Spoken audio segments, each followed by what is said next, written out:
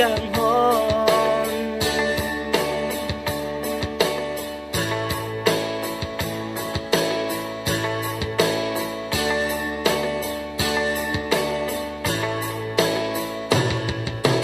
Kahon na bisini o teka dadita nang nakayapan kahon na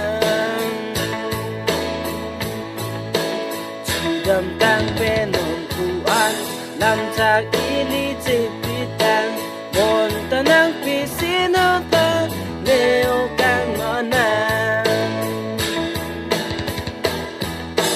Chudam kang penungkuan lamsak ini cipitan pisinang neo te kang manon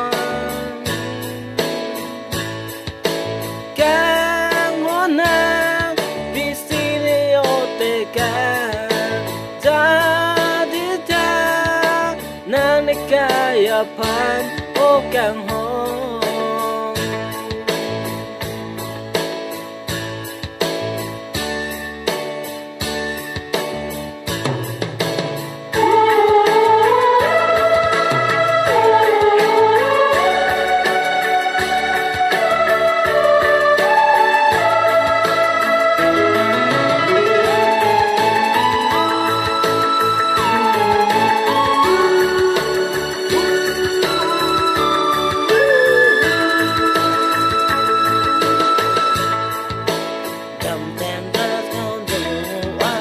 Lamsak ini cipusan sing dinangkang sanang pantuan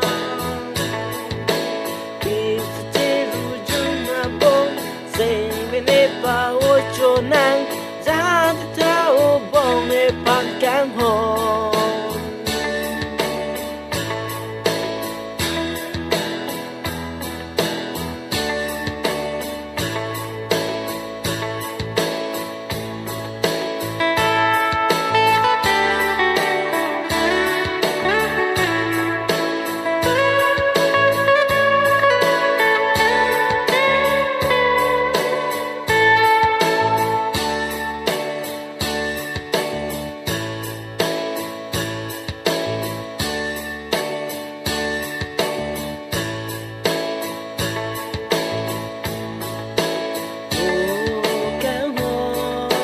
jadi tanah bisina pare o kandang honang lepan dan dagang honang ikayapan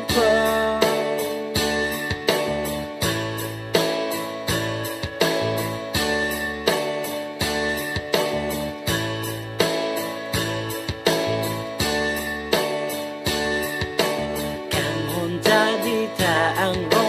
na sing